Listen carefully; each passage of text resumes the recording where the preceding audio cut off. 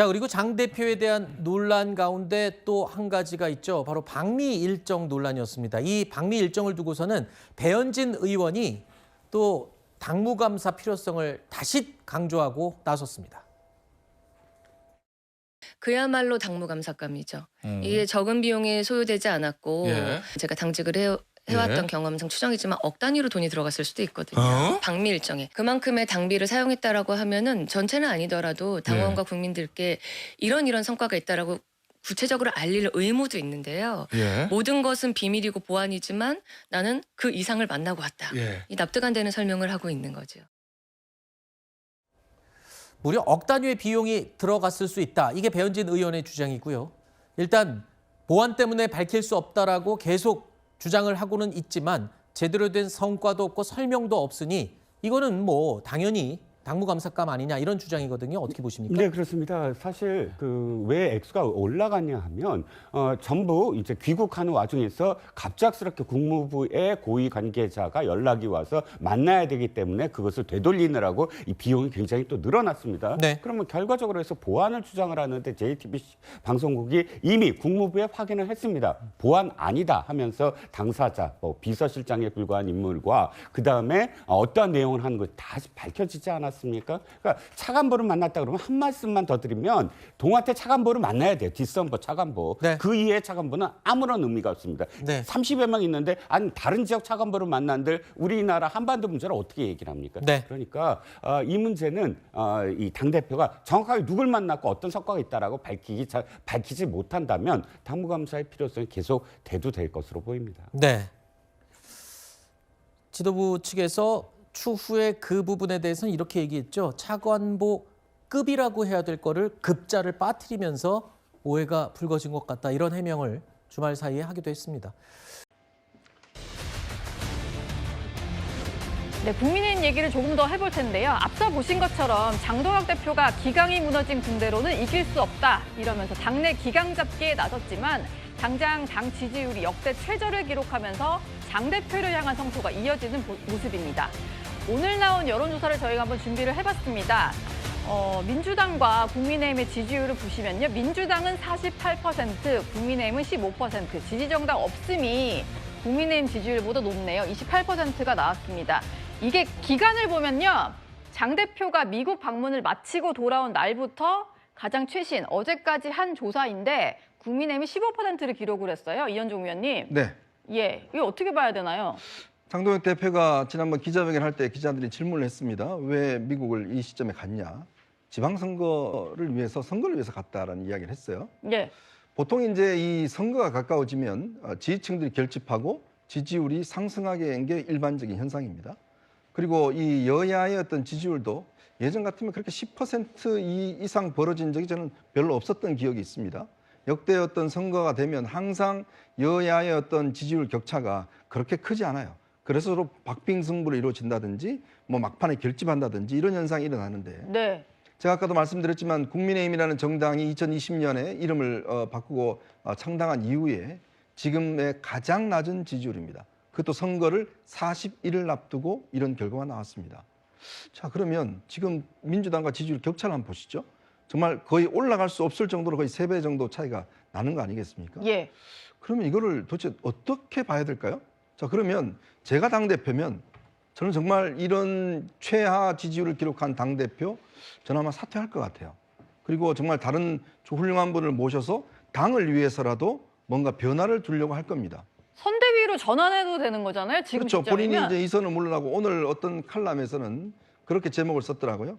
지금 이번 선거가 만약에 많은 보수 지지자분들 중에서 내가 이거 야당을 찍으면 자칫하면 장동혁 대표가 계속 연임하는 거 아니냐. 그 두려움 때문에 선거를 포기하겠다라는 분들이 주변에 많다는 거고 저도 제 주변에 그런 분들이 꽤 있습니다. 예. 즉 이번 선거가 이재명 정부를 심판하는 게 아니라 장동혁 대표를 심판하는 선거로 프레임이 지금 바뀌어가고 있다. 자, 그것에 대한 과학적 근거가 지금 저걸로 저는 나타나고 있다고 봅니다. 예. 자, 그러면 선택하는 방법은 한 가지밖에 없죠.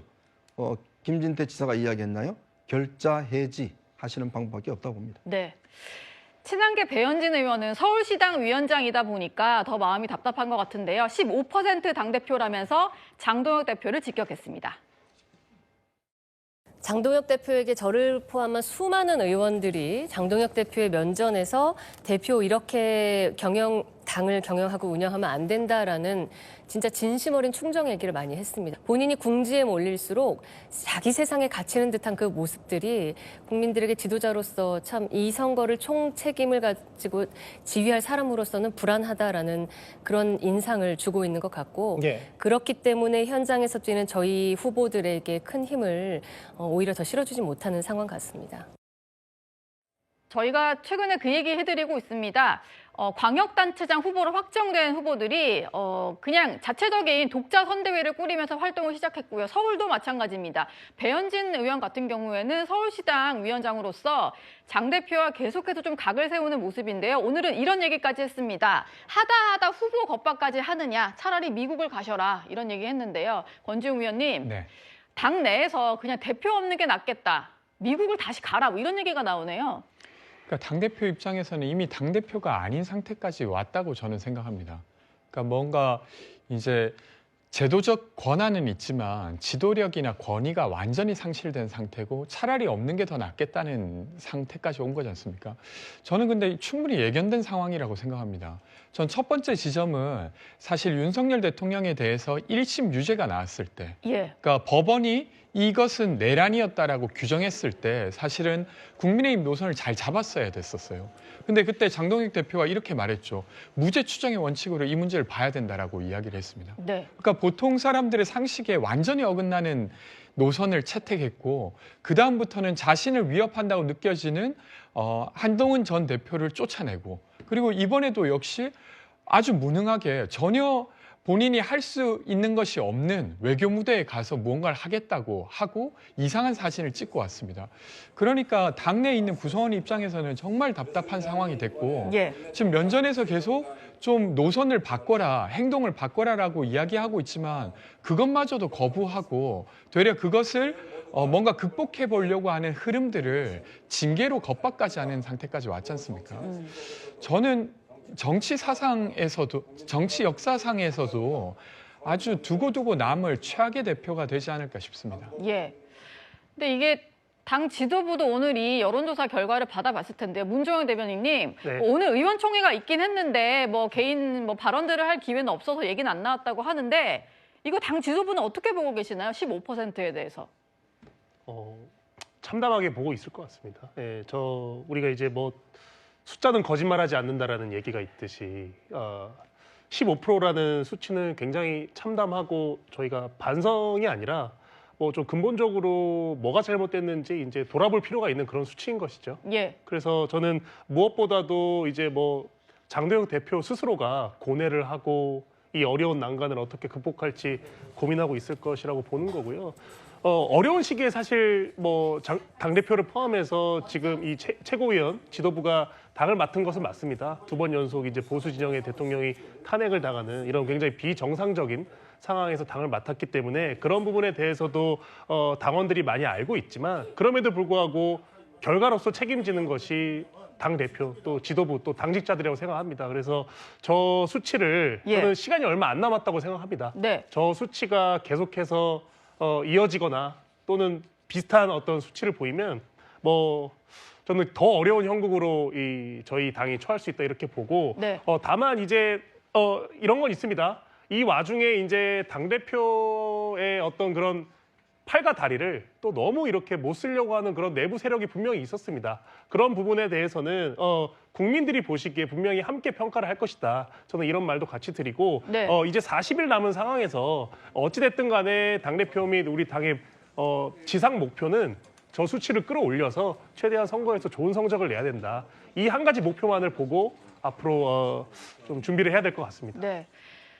근데 장동혁 대표와 나머지 분들의 어떤 진단이 좀 다른 것 같습니다. 장 대표의 태도 변화가 없어서 이런 지지율이 나왔다는 목소리가 많은데 장 대표는 해당 행위를 했던 사람들이 있어서다 이런 얘기를 하고 있는 것 같아서 이거부터 좀 정리가 돼야 되지 않을까 싶은데요. 그러다 보니까 일각에서는요. 장 대표를 세웠던 친윤 세력, 이른바 언더 찐윤이 이미 움직이기 시작했다 이런 얘기까지 나오고 있습니다. 먼저 과거 목소리부터 듣고 오시죠. 수도권 민심 빙하기 그 자체입니다. 이 차갑다 못해서 우리에게 등을 돌리고 있는 실정입니다. 우리 당이 우리 후보들한테 힘이 되고 있는, 아니면 침이 되고 있는, 정말로 자문해 보아야 지도부가 결단을 해달라 이런 걸 요구를 하고 있습니다. 우리 당 지지율은 꽈락 수준에서 변동이 없습니다. 똥 묻은 개가 겨 묻은 개 비판하는 꼴이니 우리가 아무리 이재명 정부를 비판해도 국민들 마음에 다가가지 못합니다. 백약이 무효입니다.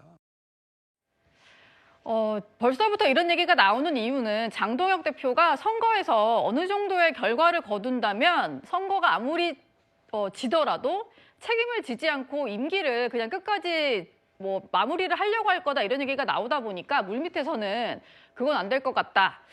좀 교체를 해야 될 것 같다 이런 목소리가 나온다는 겁니다. 이현종 위원님 그러다 보니까 뭐 원내대표 선출 일정을 좀 조정하겠다 이런 얘기가 나오는 것 같아요.